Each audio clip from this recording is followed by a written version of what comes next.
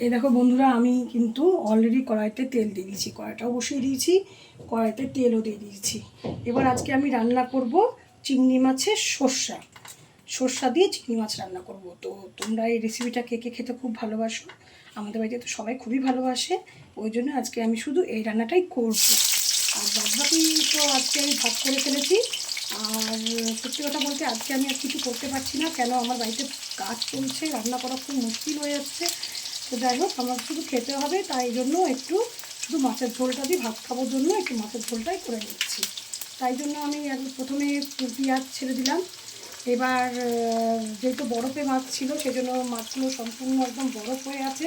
পাবদা চিংড়ি দুটো মাছ দিয়ে আজকে আমি এই রান্নাটা তোমাদেরকে দেখাবো। তো কে কে তোমরা কোথা থেকে দেখছো অবশ্যই আমাকে কমেন্টসে জানিও। আর কারা কারা এই চিংড়ি পাবদা মাছের সর্ষা দিয়ে খেতে ভালোবাসো সেটাও আমাকে জানিও কমেন্টসে।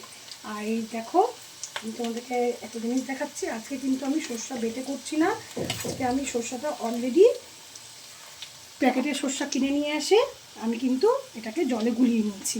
তো তোমরাও চাইলে পরে এরকম প্যাকেটের সর্ষা কিনে নিয়ে এসে জলে গুলিয়ে নিতে পারো, তাহলেও কিন্তু তোমরা রান্না করতে পারবে। আর এই দেখো, আমার পেঁয়াজ অলরেডি ভাজা হচ্ছে। এরপরে আমি পেঁয়াজটা যেহেতু ভাজা হয়ে আসছে, এবার আমি চিংড়ি মাছগুলো দিয়ে দেবো এর মধ্যে।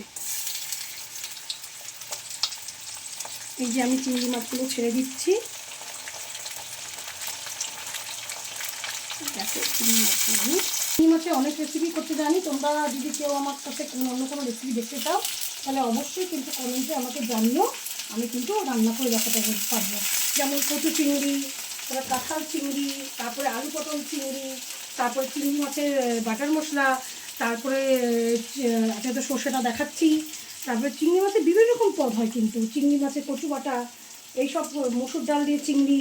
তো তোমরা যদি কোনো চিংড়ি মাছের রেসিপি খেতে চাও, তাহলে অবশ্যই কিন্তু আমাকে কমেন্টসে জানিও, তাহলে কিন্তু আমি সেই রান্নাগুলো তোমাদেরকে করে দেখাতে পারবো।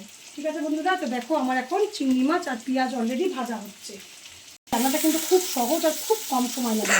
আমি চাইলে পরে চিংড়ি মাছগুলোকে এক্সট্রাও ভাজতে পারতাম, কিন্তু আমি এক্সট্রা ভাজলাম না, যে কোনো দরকার নেই। এমনিতেও কিন্তু এইভাবে চিংড়ি মাছ ভেজে করলে, অ্যাকচুয়ালি চিংড়ি মাছটা না খুব বেশি ভাজতে হয় না। বেশি ভাজলে, এই যে লবণ দিয়ে দিলাম, বেশি ভাজলে কিন্তু চিংড়ি মাছের টেস্ট কিন্তু নষ্ট হয়ে যায়। তো অতএব চিংড়ি মাছটা আমি বেশি ভাজলাম না যার জন্যই। আর এই যে লবণ তো দিয়েই দিলাম আমি, এরপরে আমি দিয়ে দেবো একটু হলুদ গুঁড়ো। তো হলুদ গুঁড়োটা আমি একটু, এই যে দেখো বন্ধুরা, আমি এখন একটু কিন্তু হলুদ গুঁড়ো, পরিমাণ মতো হলুদ গুঁড়ো দিয়ে দিলাম। চিংড়ি মাছটা আর তোমার পেঁয়াজটা একসঙ্গেই ভাজা হচ্ছে। আর এই সময় যদি আমি পাবদা মাছটা দিই, পাবদা মাছটা কিন্তু অলরেডি ভেঙে যাবে, তাই আমাকে কিন্তু পাবদা মাছটা কিন্তু এরকম করে দেওয়া যাবে না। তাই পাবদা মাছটাকে আমাকে এক্সট্রা করে ভেজে নিতে হবে। তো আপাতত আমার এটাই চিংড়ি মাছটা হচ্ছে হোক। চিংড়ি মাছটার পেঁয়াজটা আর একটু ভাজা হলে আমি এর মধ্যে একটু ফোড়নে এই যে কালো জিরা দিয়ে দিলাম। ঠিক আছে। আর আজকে আমি যেই তো সর্ষা দিয়ে চিংড়ি মাছ করছি, তাই আমি এখানে কিন্তু বেশ কিছুটা পরিমাণ এখন কাঁচা লঙ্কা দিয়ে দিব। আমি লঙ্কা ফাটিয়ে নিয়েছি। এবার দেখো চিংড়ি মাছের মধ্যে দিয়ে দিলাম। এটা সর্ষা বাটা ঝোলে কিন্তু সবসময় কাঁচা লঙ্কার টেস্টটাই কিন্তু ভালো লাগে, ভালো যায় এর সঙ্গে। তো শুকনো লঙ্কার টেস্টটা সে একটু কালার করার জন্য বা একটু ঝালের জন্য আমরা দিতেই পারি, কিন্তু শুকনো লঙ্কার থেকে কাঁচা লঙ্কার টেস্টটাই কিন্তু ভালো যায়। কিন্তু এর মধ্যে কোনো কাঁচা লঙ্কা বাটা নেই, তাই জন্য আমি আরও একটা কাঁচা লঙ্কা কিন্তু দিয়ে দিলাম। যেহেতু এটা রেডিমেড সর্ষা গুঁড়ো, এর মধ্যে তো কাঁচা লঙ্কা বাটা নেই, তাই জন্য আমি একটু কাঁচা লঙ্কা আরও একটু বেশি করে ঝাল হওয়ার জন্য দিয়ে দিলাম। কেন এখানে কিন্তু আমি কোনো শুকনো লঙ্কা গুঁড়ো দেবো না, যার জন্যই আমি কাঁচা লঙ্কাটাই দিয়ে দিলাম।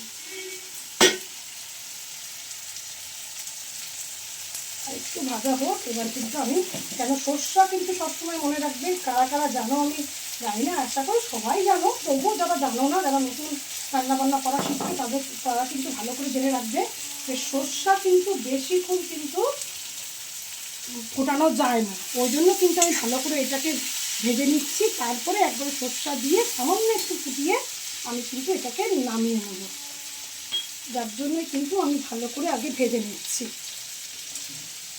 অন্য ঝোল হলে কিন্তু আমি জলটা বেশ কিছুক্ষণ আগেই দিয়ে দিতাম, কিন্তু যেহেতু এটা চিংড়ি মাছের সর্ষা তাই তৈরি করে দিচ্ছি।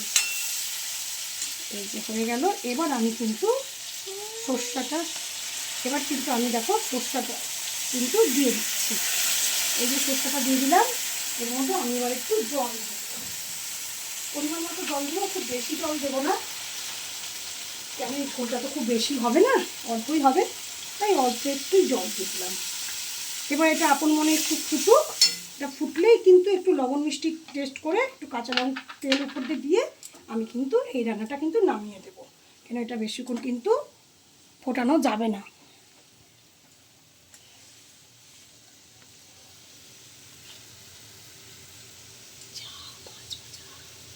এই তো ফুটছে, আমি কিন্তু একটু কাঁচা তেল দিয়ে দেবো। ইলিশ মাছ হোক, পাবদা মাছ হোক বা চিংড়ি মাছই হোক না কেন, কিন্তু সর্ষে বাটা যখন ঝোল করতে যাবে অবশ্যই কিন্তু একটু কাঁচা তেল মাস্ট। কাঁচা তেল না দিলে কিন্তু মাছের স্বাদটা ঠিকমতো আসে না, তাই একটু আমি কাঁচা তেল দিয়ে দিলাম, আর একটু স্বাদ অনুযায়ী আর একটু লবণ দিয়ে দিলাম। ফুটছে, আর 5 মিনিট ফুটলেই কিন্তু এটা আমি নামিয়ে দেবো, তাহলেই আমার চিংড়ি মাছ রান্না অলরেডি হয়ে যাবে।